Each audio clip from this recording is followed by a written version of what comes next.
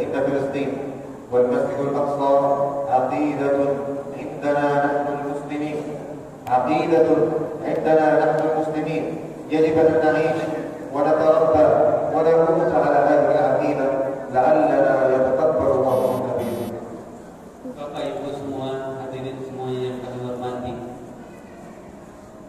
Di saat Rasulullah SAW masih hidup sampai hari ini dan akan terus berlanjut sampai hari kiamat kelak, sampai Al-Quran dihapus dari kehidupan manusia, dihilangkan tulisan dan hafalannya, maka akan selamanya ayat yang terdapat pada surat Al-Isra ayat pertama ini dibacakan oleh kaum muslimin. Ayat tersebut ayat yang menegaskan tentang keberkahan Palestina dan Masjidil Aqsa yang ayatnya kita dengar. Ayat ini akan terus berulang-ulang, akan terus dibaca oleh banyak lisan dan menegaskan bahwa Palestina dan Masjidil Aqsa ini keberkahannya bagian daripada akidah dan keyakinan kita. Dia bukan hanya tentang sepetak tanah atau tentang sebuah negara atau tentang satu bangunan masjid. Dia tentang akidah, tentang keyakinan kita, di mana setiap orang-orang yang beriman harus hidup di atas keyakinan tersebut. Jiwanya harus terpaut kepada keyakinan tersebut. Pikiran, cita-cita, perasaan dan kehidupan semuanya harus terpaut kepada akidah, kepada keyakinan bumi Palestina dan Masjidil Aqsa yang diberkahi dan disucikan ini. وإذا آمنا أيها الكرام بأنه عقيدة وأن أرض فلسطين هي أرض وطن لجميع المسلمين، فعلينا أن نعلم أيها الإخوة الكرام أننا في ديننا إذا كان هناك اعتداء على أرض من أراضي المسلمين أيا كانت فإنه وجب على جميع المسلمين الدفاع عن هذه الأرض، وأصبح الجهاد فرض عين على كل مسلم ومسلم.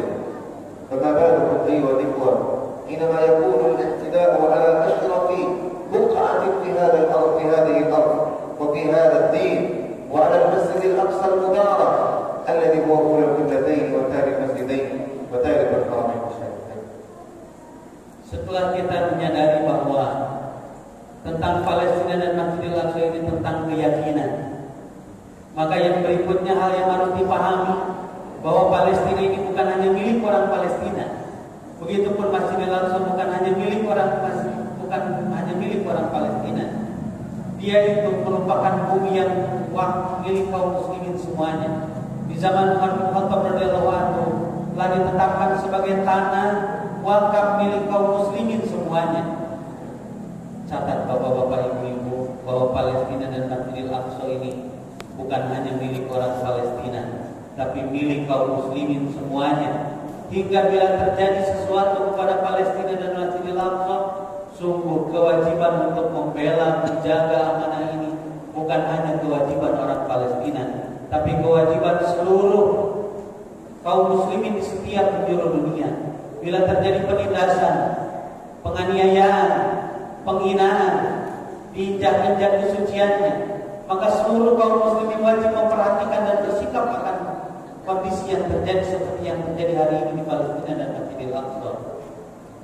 إذا أيها الإخوة الكرام فإنكم تعلمون ما يفعله اليهود في فلسطين منذ 74 سنة، لم يدعوا فعلا ولا شيئا إلا فعلوه كما قال الأستاذ. ولكن أيها الإخوة الكرام ما أريد أن أصل إليه وأقوله أن أمة أعداء الأمة ما فعلوا هذا في فلسطين أو في غيرها من بلاد المسلمين إلا أنهم علموا الفرقة التي هي بين المسلمين، فتجرؤوا على أمة الإسلام، لأن أمة الإسلام تركت مصدر قوتها وعزتها وتركت الوحدة التي تجعلها أعظم الأمم على الأرض. لذا أيها الإخوة الكرام نوصي إخواننا المسلمين في كل مكان وزمان أن يتحدوا على دين الله عز وجل وأن يتبعهم أخوة الإسلام، فمهما أبعدت بيننا وبينهم البلاد فإننا إخوة في الإسلام. ورسول الله صلى الله عليه وسلم يقول: مثل المؤمنين في توادهم وتراحمهم وتعاطفهم كمثل الجسد إذا اشتكى منه عضو تداعى له سائر الجسد بالسهر والحمى.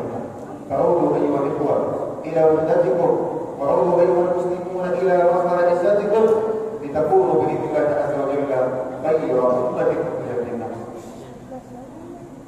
diketahui atau tidak diketahui, disadari atau tidak disadari, bahwa sudah lebih dari 74 tahun bumi suci kita dan masjid suci kita yang diberkahi oleh Allah Subhanahu wa taala berada dalam keadaan terjajah. Mereka para penjajah Zionis Israel melakukan segala perkara dalam yang bentuknya penindasan, penganiayaan, penghinaan sebagaimana tadi yang disampaikan oleh guru kita Ustaz Sigit.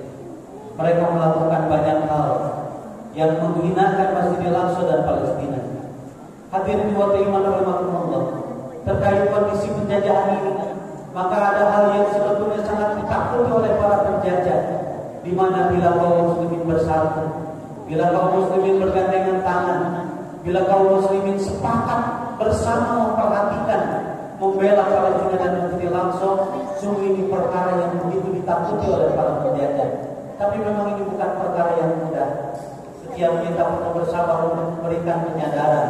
Padahal Rasulullah SAW jauh-jauh hari telah memberikan petunjuk yang jelas dan praktis terkait bagaimana kita bersatu dan bersaudara, bagaimana kita saling menyayangi dan saling mengasihi, bagaimana kita saling membela dan memperhatikan, di mana dalam sabdanya Rasulullah SAW memberikan petunjuk kepada kita secara praktis bahwa persaudaraan Islam itu dalam urusan saling mengasihi dan saling mencintai diibaratkan seperti satu tubuh, diibaratkan seperti satu tubuh.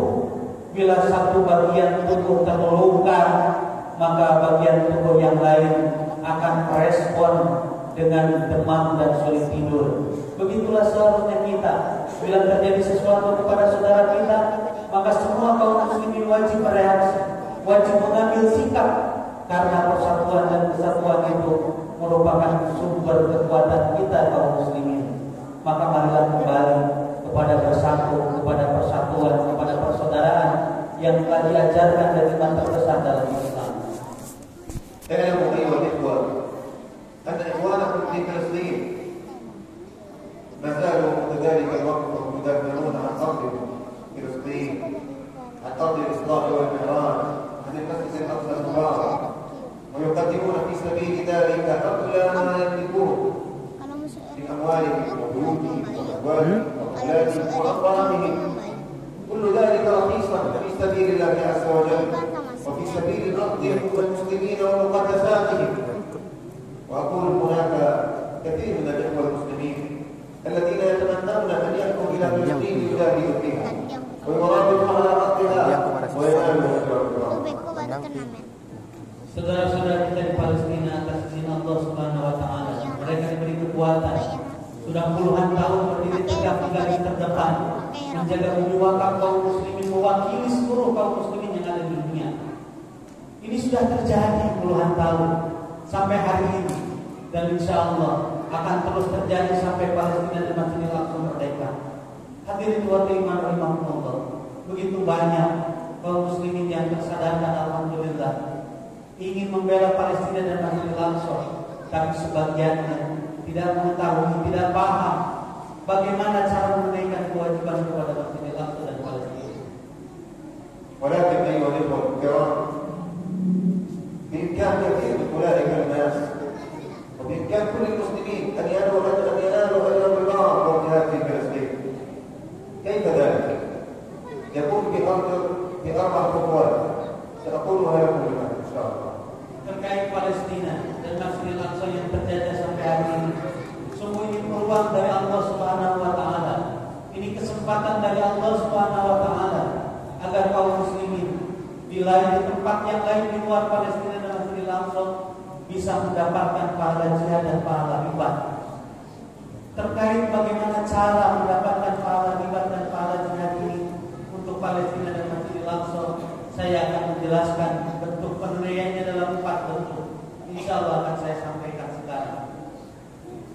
أولا أيها الإخوة، العودة إلى مصدر قوتنا نحن المسلمين الذي بينه الله ورسوله صلى الله عليه وسلم، حيث قال الله إن الله يحب الذين يقاتلون في سبيله صفا كأنهم بنيان مرصوص.